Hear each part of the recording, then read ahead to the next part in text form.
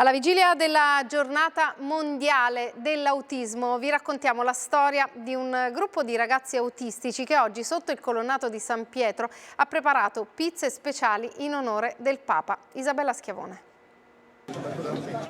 Per una margherita, massa rossa e mozzarella e pomodorini freschi con basilico. Impastare, condire e infornare. L'inclusione passa anche attraverso il cibo. Matteo ed il disturbo dello spettro autistico, un progetto che solo 4 anni fa sembrava visionario, oggi è realtà. Lo si vede quando si va fuori, ci si trasferta. Ed oggi è stata una trasferta speciale. I ragazzi di Pizza Out ricevuti per l'occasione dal Papa. Da qui nasce la pizza Cantico delle Creature. Amata sorella acqua e farina di grano di terra, che tutto sostenta e governa. Base rossa come il fuoco, un'aggiunta abbondante di amore, inclusione, lavoro, dignità e desiderio di pace. Il paradigma si inverte, un track food nato in tempo di pandemia, quando i ristoranti erano chiusi, olio di gomito. I ragazzi autistici nell'immaginario svantaggiati aiutano chi ha bisogno. Pizze e senza tetto, la gioia del dare.